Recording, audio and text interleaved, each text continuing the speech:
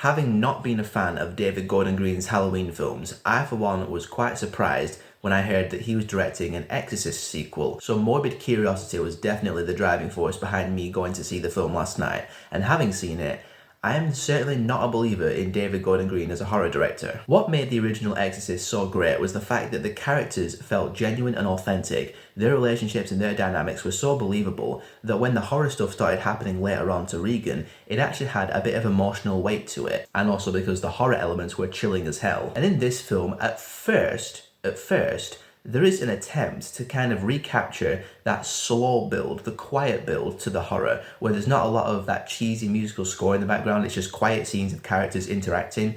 And I took note of that and I was like, okay, they're trying to recapture what the first one did, I can respect this. But that respect soon fades away when you see what the film ultimately becomes, which is basically just a retread of every single possession exorcism film that we've ever seen. Unlike the original film, this entire thing just feels like a movie. The characters, the dialogue, the musical score when shit starts hitting the fan, just the way the film looks, the way it's made, it just feels like a production, and thus it just doesn't feel real. You just don't believe anything you're watching. And I know that it's a horror film dealing with possession, so if I'm not going to believe it, at least make me feel something. At least make me care about what's going on and actually be, I don't know, maybe scared, creeped out by the possession demon stuff. But that's just not the case with this one. And there actually isn't that many scenes of the creepy demon girls doing creepy demon girl stuff. In the original film, you had lots of scenes with Regan doing creepy stuff when they're trying to figure out what's going on, and the slow build up to her becoming fully possessed. And in this film,